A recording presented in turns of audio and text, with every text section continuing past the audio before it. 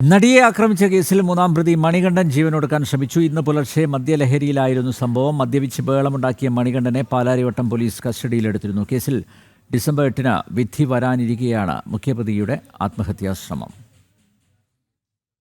മദ്യപിച്ച് സ്ഥിരമായി പ്രശ്നങ്ങൾ ഉണ്ടാക്കിയിരുന്നയാളാണ് മണികണ്ഠൻ എന്നാണ് പോലീസ് പറയുന്നത്. കഴിഞ്ഞ ദിവസവും മദ്യപിച്ച് വാഹനയാത്രക്കാരോടക്കം ബഹളമുണ്ടാക്കിയിരുന്നു. ഇന്നലെ രാത്രിയിലാണ് മണികണ്ഠനെ കസ്റ്റഡിയിലെടുത്തത്. മദ്യപിച്ച് ബഹളമുണ്ടാക്കിയതിന് സ്റ്റേഷനിലെത്തിച്ച് കേസ് രജിസ്റ്റർ ചെയ്തിരുന്നു.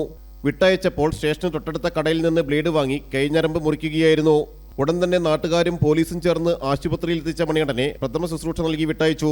മദ്യപിച്ച് ബഹളമുണ്ടാക്കിയതിന് മണികണ്ഠനെതിരെ കേസെടുത്തിട്ടുണ്ട്. നടി ആക്രമിക്കപ്പെട്ട കേസിൽ ഡിസംബർ 8-നാണ് വിധി.